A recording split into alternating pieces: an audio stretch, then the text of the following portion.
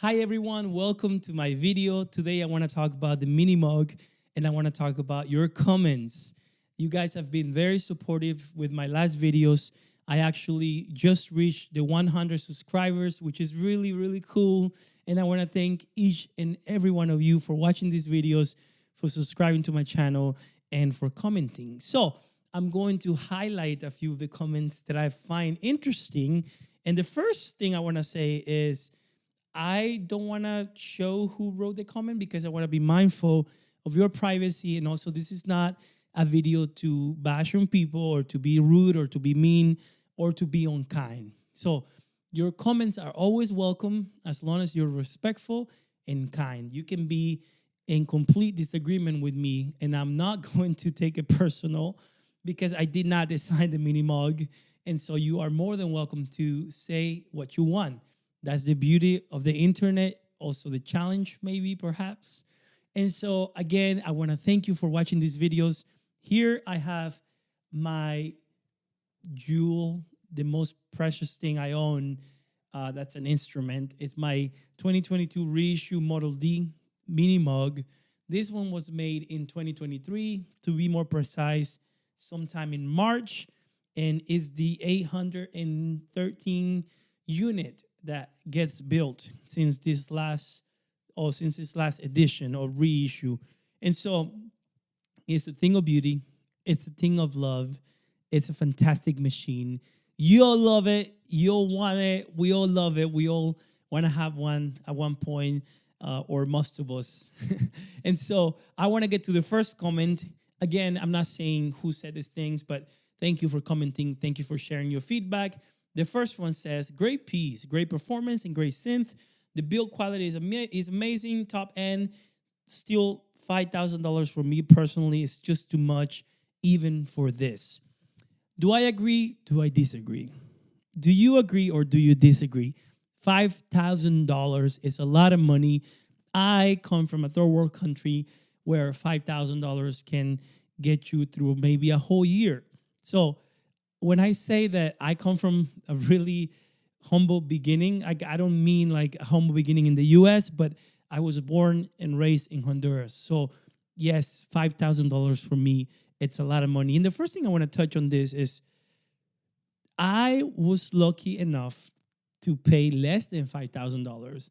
And I am not a famous YouTuber. I am not a famous artist. I am not special in any way. I just know how to look for the best deals. And so maybe I should make a video on how to find the best deals, even on a Mimimoog, even with the waiting list, even with the demand, you can still get a decent price. And this was not even an open unit or a return unit. This was a brand new unit, and I got it. Should I reveal how much I paid for it? Maybe. I'll do another video. But I didn't pay $5,000. I can tell you that. And also, I had to sell a lot of my guitars to be able to afford this thing. So it's not like I just have $5,000 laying around to just go ahead and pay for it. I had to sacrifice a lot of things that I love. I had to let go of things that I really didn't want to let go of. But in order to own this beauty, I had to do it. And I did it. And so let's go to the next comment. It says, nice, but I wish Moog would spend more time making new and groundbreaking gear rather than revisiting a distant past. Again, thank you for your comment. I'm going to answer briefly. First of all, Moog does make incredibly modern and more complex machinery nowadays or instruments nowadays. You have, for example, the modular systems that they make, even the semi-modulars. You can talk about the Matriarch. It's a pretty fantastic machine that can do more than you will ever do, especially when it comes to modulation. They also make the Mother 32, the Grandmother, the Subharmonicon, the Drummer from Another Mother. They make a lot of instruments. Even the new Moog Mavis that just came out, it's unbelievable. And it's got so much features. Many of those instruments that I just mentioned can do more than the Mimimoog alone can do, especially with modulation stuff, especially with semi-modular inputs and outputs, external inputs, external outputs, etc. And so with that being said, I really wanted a Minimoog. I have the grandmother as well that I use for all the modulations, but I'm not a synth professional. I don't know much about synthesizers yet to be looking for something extreme. So I do disagree with you. I think Moog is making new stuff.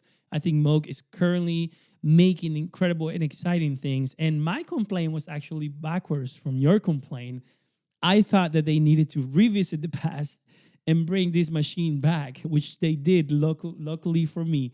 Also, I haven't even mentioned the main mothership of all, which is the Moog 1. It's a fantastic beauty of the present.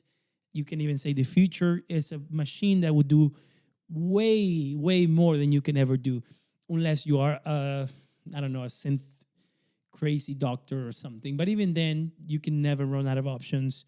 You can always change the sound. You can always do something else. So let's move to the next comment.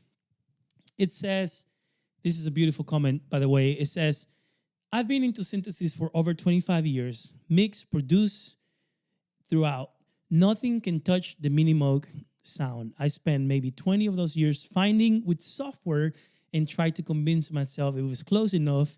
And I know a lot of people are stuck thinking the same way, but a classic synth needs almost no effort to sound fantastic immediately. I agree. All you have to do sometimes is turn this thing on and literally not even touch anything, and it just blows your mind. And I'm going to continue reading this comment because it's really nice. It says, now, I can't really afford this, and I had both a Behringer Poly D and a Model D. They are actually considerably different from one another, and the Poly D especially has a unique sound. And when you add modulation range, it sounds amazing. And it says, but they still aren't quite like a Minimoog, even as much as I want it to be. Thank you for your comment, by the way. This is wonderful. And I don't know. I never owned a Behringer Poly D or the Model D, but I wouldn't be surprised if they sound the same. I would not be surprised. And I've seen a few videos online. They sound pretty similar. And so, did I make a mistake paying $5,000 for something or a sound that could have cost me $299? The answer is you have to play a Minimoog in person. Like, it's not just YouTube videos, because through YouTube, it just doesn't do justice. When you look at a Minimoog in person, when you smell a Minimoog, when you touch a knob or twist a knob or a button, even this sound, when you touch the key bed, I mean, I'm not saying you're wrong. Maybe a Poly D sounds exactly like it and even feels like it, but a Minimoog in person is just a different beast. Besides, I wanted the real thing, and I'm not making excuses as to why I went with the Minimoog and not the other one. The reason why I'm saying this is because people think that if you love the Minimoog, you hate the Behringer Model D or the Behringer Poly D, and that's incorrect. I don't have to hate on it. I love the Minimoog so freaking much. But I also think Behringer does incredible things, and good for them. They're bringing a lot of classics. Again, I'm not a rich doctor or person. It cost me a lot of sacrifice to get to have these things. And so I'm very grateful for Behringer. I'm very grateful for the companies that are innovating and creating new stuff. But with that being said, I think personally, nothing compares to a real Minimoog. And I know some people think that the real Minimoog is the vintage one, but we'll get to that in a second. Let's go to the next comment. It says, I care more about how the Minimoog sounds into a project from how it looks and feels. So I'll stick to my Arturia Mini V. Good for you, my friend. If you found something that inspires you, makes you want to do music, makes you want to forget about your troubles, why would I even say something negative about that? I think that's wonderful. And if an Arturia software version can sound good to you or sounds as good as you think, then why you argue? I think that it all comes down to what makes you happy, what you can afford, and also what inspires you the most, which is honestly my deepest belief. Any piece of gear that I own, I have it not because of its price. I have it because it inspires me to create, and it serves a purpose. It's a tool at the end of the day for me. I love this thing. It's not just a museum piece, which it could be, but although I'm not taking it outside of my studio, I can play this thing and I can make records with it and I can enjoy it as much as I want. And maybe I'll change my mind in a few months and really take it out and play here in Nashville locally or do some kind of show with it. So nothing wrong with the Arturia as well. All right, next comment says, "Oh man, they should have at least made it polyphonic for that price. Otherwise, the OBX8 is a no-brainer." I also tried the OBX8 and it's cool. Sounds great. My Prophet 5 sounds really similar to it as well. And I thought the pads that I could do with that one is beautiful. But it's inspiring and it's beautiful, but it was not simply it's simply not my interest to get a OBX. I do love Overheim. I think they're one of the most legendary companies, and I think it's one of the best synthesizers you can get. But yeah, I think also even the OBX 8, I think it's still really, really expensive. And so let's talk about overpriced, the whole concept of things being overpriced. What I want to say is, first of all, an iPhone, it doesn't matter which one, is highly overpriced. This shirt is highly overpriced. Even if it was just $30, I think it's highly overpriced because in Honduras, I could have bought it for $2. Or it probably costs $2 to make. This shoe right here is overpriced. Everything that you see around you is overpriced. Things are not worth what people pay for them, but the value of something goes beyond than the money you pay for itself. It's more than just the money you're paying for it. The time you spend making the money, it goes beyond that, right? Like, so $1 is not just $1, but that's something you did that make you that dollar. So I don't want to get too philosophical here, but the price of things is completely subjective. To someone in a poor country, $50 is a lot of money. To someone very wealthy, $5,000 is really a penny, right? So when you say something is overpriced, just be mindful that that's overpriced to you in particular. And really what people want to say is, oh, they should be charging a lot less money. Why? If people can pay for it, then why would they do that? Now, is it to me worth it, $5,000? Yes. Now, if it was $10,000, would it be worth it? I think so. I could not afford one, but I think so because it is worth to whatever people want to pay for it. Things are worth whatever people are willing to pay for it. It doesn't matter what it is. I don't think a Lamborghini is worth more than $1 million. I don't think a car should be worth more than $50,000.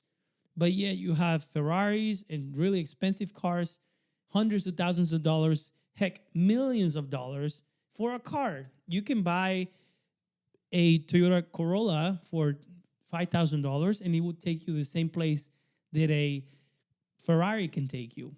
And I'm a car enthusiast. I love cars, but I'm saying it's the same argument for instruments. People say you can buy the Poly D. Yes, you can. But the point is, you can also buy the real Mimimoog. And that's okay if you buy the Poly D, and that's okay if you buy the Mimimoog. No one can tell you if it's okay or if it's not okay because it's your money and also because it's subjective to each of us. $5,000 is a lot of money to me. Let me just leave that clear. It's a lot of money. But I made sacrifices, and I'm 31 as well. So I've been collecting gear since I was 12, and I was able to sell some things, move some things around, and be able to afford it. So you can also afford it if you work really hard or if you find a way to finance it. I mean, everyone can afford it if you think about it. $5,000, it's a lot of money for an instrument, but it also will last you for the rest of your life. And also, if you want to sell it again, if you're not happy with it, you can still probably get the same amount of money you pay for it, especially if they stop making these things again. So, overpriced, it's subjective, okay? Let's read a few more. It says, sounds wonderful, exactly like a Behringer Poly D. I don't want to talk about that anymore because you guys know how I feel. Good.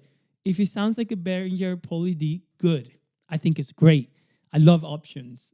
Thank God we're not in the 70s anymore, where if you wanted a Minimoog sound, you had to get a Minimoog. Now you can get the app. I have the official Moog Mimimoog app, and it sounds really good as well. And the last comment I want to read is, and this is a really good argument to get into, all Mini plays better. What's better? What do you mean by plays better? Do you mean the oscillators sound better? Do you mean it has more punch? Do you mean it has more bite? You mean it sounds smoother? What does better mean? Because if I do a really spaceship type of sound, do you define that better if I do it with a new Minimoog or with an old Minimoog? Is it more organic to you? Is it more warmth? There's more warmth to it? Or is it edgier? I think better is subjective. I think that the new Minimoog is better, in my subjective opinion, than the old Minimoog. And I'm going to tell you why. First of all, because it's brand new to me. No one else has owned this thing. It's perfect condition. Everything is brand new. It looks amazing. Also, the old ones look incredible. I got to be honest. Also, I wish I had an old one too. But I think the new ones are better. Let me tell you why. Well, the power is a lot more convenient. I think that the fact that you can use MIDI with this instrument makes it even a lot better, in my opinion. Also, the oscillators stay in tune a lot more than the older ones. I don't know. I just like the new one. I really enjoy the new one. Also, I don't have $10,000 for an old Minimoog. So the old one plays better, maybe to you. And if it does to you, good for you. I haven't played an old one yet, so I cannot tell you. But ultimately, for some people, like my wife, think the synthesizer sound is kind of annoying. So is a guitar better for her? She'll tell you yes. The guitar sounds a lot better to her than a synthesizer, because that's her subjective opinion and taste and like. And so making a statement like the old Minimoog sounds better, I think it's a pretty subjective thing. And you're not wrong for saying it. You might be right. I don't know. I haven't played an older one.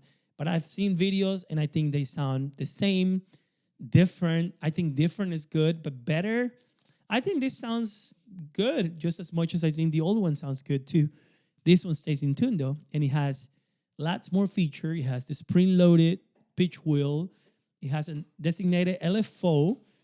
You don't have to use your third oscillator to do some modulation stuff. I mean, it's got a lot of cool stuff. The key bed feels incredible. It's still built by hand in the US. Even some of the components inside were built here in the US. And so it's not just assembled in the US, but it's got mostly US made parts. And it's made with love by the wonderful people of Moog. So I'm going to leave it here because this video has gone too long. Let me know in the comment section down below where I got it wrong. Let me know what you disagree on, and let me know what you think. At the end of the day, my friends, if something inspires you to make music, good. That's the purpose of it. Not what people say, not what others think. It's what you want. It's what you prefer. And that's the beauty of being alive in a world where we can buy stuff. There are way bigger problems in the world than the comparison between a Model D and a Behringer Model D. That's luxury for us. It's privilege. And we're so privileged to get to sit down and talk to a camera, an overpriced iPhone, and just say the things that we like about oscillators. How lucky are we that we can talk about oscillators and modulation and synthesizers instead of thinking where our next meal is going to come from, or I don't know, other things that matter more than synthesizers. But with that being said, I appreciate your time. I appreciate you watching this video, and I hope to see you next time.